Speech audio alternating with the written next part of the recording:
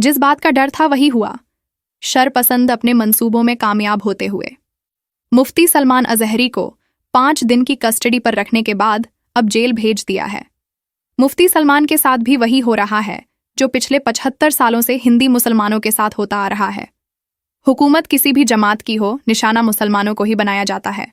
हजारों बेगुनाह मुसलमान आज भी जेलों में सड़ रहे हैं, लेकिन इस मुल्क की अदालतों के पास हमारे केस हल करने का वक्त नहीं है। अब खामोशी से अपनी बारी आने का इंतजार कीजिए। सोशल एक्टिविस्ट कह रहे हैं जिस सिस्टम ने मुसलमानों को बर्बाद करने में कोई कसर नहीं छोड़ी, जिस सिस्टम ने मुसलमानों के मस्जिद व मदरसा तबाह किया, जिस सिस्टम ने मुसलमानों का कत्लेआम किया, उसी सिस्टम से सलमान अजहरी की रिहाई की मांग कर रहे हो। वाकई में बड़े ही मासूम है मुसलमान। मुफ्ती सलमान अजहरी को बिना सुनवाई के आज साबरमती जेल भेज दिया गया है। हजरत कमर गनी उस्मानी को भी इसी जेल में कैद कर रखा है। देश में हेट स्पीच के सौदागर खुले सांड की तरह हेट स्पीच दे रहे हैं, लेकिन मजाल है कि सरकार सिस्टम इन्हें गिरफ्तार कर ले। हम उसकी घोर निंदा करते हैं कि आप बिना जांच पड़ताल को उसको आतंकवादी घोषित कर देंगे। अजहरी साहब के साथ हम हैं और जब तक प्रमाण नहीं मिलता तब तक ऐसी एफआईआर की हम घोर निंदा करते हैं। हमारे जैसे लाखों करोड़ों लोग उनके साथ खड़े हैं। साथियों, आज हम अबू बैदा ने दिए कल के बयान के कुछ अहम पॉइंट्स को आसान लफ्जों में बयान करेंगे। उससे पहले कुछ खास हेडलाइंस तो बने रहे आखिर तक हमारे साथ। आप देख रहे हैं SD24, मैं हुमैरा कुरैशी। वारिस अली साहब का शुक्रिया जिन्होंने सुपर थैंक्स के जरिए सपोर्ट किया, और SD24 को फाइनेंशियल सपोर्ट करने के लिए उन सभी मान्यवरों का तहे दिल से शुक्रिया जिन्होंने छोटे बड़े अमाउंट से सपोर्ट किया।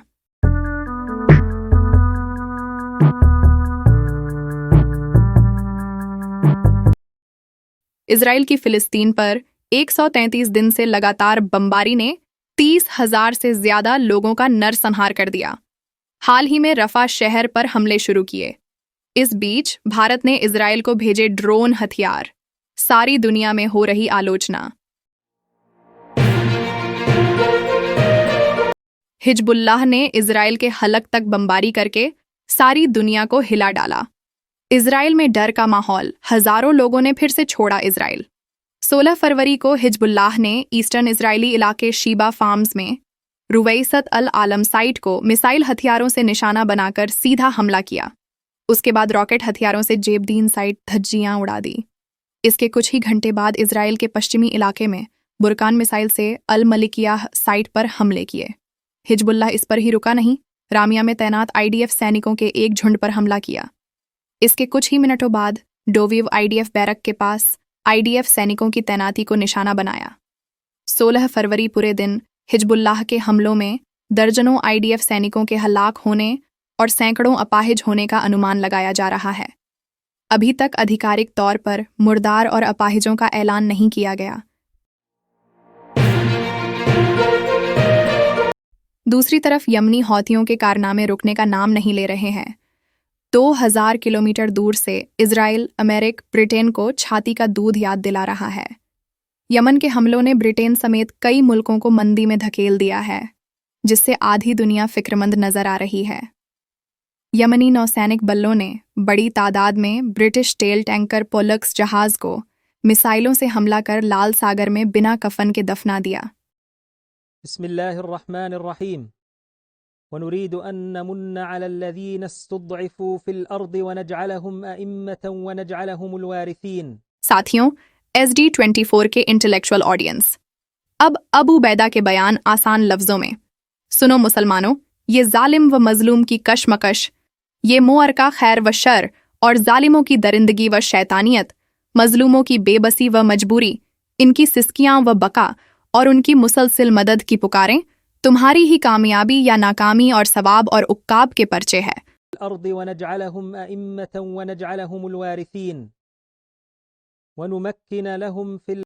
अमेरिका, इजराइल समेत कई मुल्कों के झुंड के इस जुल्म व झब्र के खिलाफ हमारी जद्दोजहद उस वक्त तक जारी रहेंगी जब तक गजा पट्टी से आखिरी इजरायली फौज का इबलीस तक निकल नहीं जाता। ए हमारी कौम, ए हमारी मिल्लत के लोगों, ए गजा के मुजाहिदों, ए हमारे साबित कदम लोगों, यहूद नसारा को छठी का दूध याद दिलाने वालों, हम मुसलसिल 133 दिन बाद भी यहूदी अमरीकी जंग का सामना कर रहे हैं, फिर भी डटे हुए हैं। दुश्मन आप लोगों के सामने बेबस हो चुका है। अब वो नहीं जानता कि आप लोगों के इस जज्बे को कैसे तोड़ा जाए। उन्होंने हर तरह की कोशिश कर ली, फिर भी नाकाम रहे। आपका जज्बा, आपका जुनून, आपकी जद्दोजहद को दुनिया की कोई ताकत रोक नहीं सकती। तूफान अल अक्सा, जो मुक़द्दस तरीन और आला तरीन मकसद के लिए शुरू किया गया था, जो रसूलुल्लाह सल्लल्लाहु अलैहि वसल्लम के मुकाम मेराज की नुसरत करना है, ये थमने वाला नहीं है और ये अक्सा और इसरा of मेराज की सरजमीन से नाइंसाफ़ी और जारी हयात को दूर करने के लिए ज़्यादा से ज़्यादा तेज़ तरीन शक्ल इख्तियार करेगा और ये हमारी कौम की तारीख में एक अहम मोड़ साबित होगा, इंशा अल्लाह। हम बाहैसियत एक कौम और एक मुजाहिद इस सरजमीन पर उस वक्त तक जिहाद और पहरादारी के लिए तैनात है जब तक कि कुशादगी और फतह करीब न आ जाए। अल-अक्सा तूफान की शुरुआत से आज 133 दिन में जो बदल गया, वो इजरायली और उनके मददगार लोगों के लिए इबरत का निशान साबित होगा। अल-अक्सा तूफान की लड़ाई आधुनिक इतिहास यानी मॉडर्न हिस्ट्री के सबसे पुराने कब्जे के खात्मे के शुरुआत की नुमाइंदगी करती है और यह हमारे देश के हिस्ट्री में एक अहम मोड़ होगा।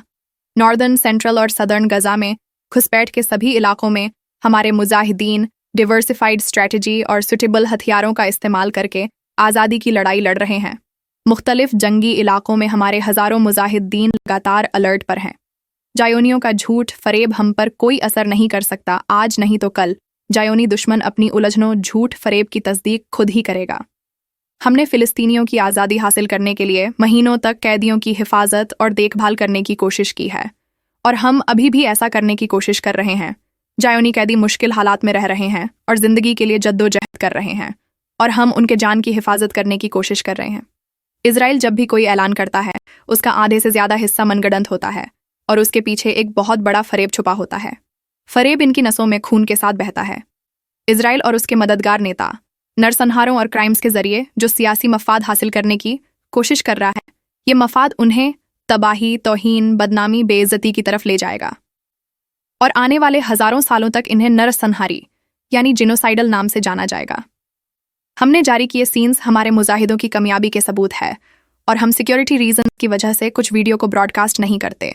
हम एक जनता और एक मुजाहिद के तौर पर इस ज़मीन पर तब तक तैनात हैं जब तक राहत और जीत करीब नहीं आ जाती। ये थी आज की अपडेट। तो मिलते हैं एक और ज़बरदस्त जानकारी के साथ। तब तक के लिए फ़ी अमानिल्लाह। आप देख रहे हैं सोशल डेमोक्रेटिक न्यूज़ SD24।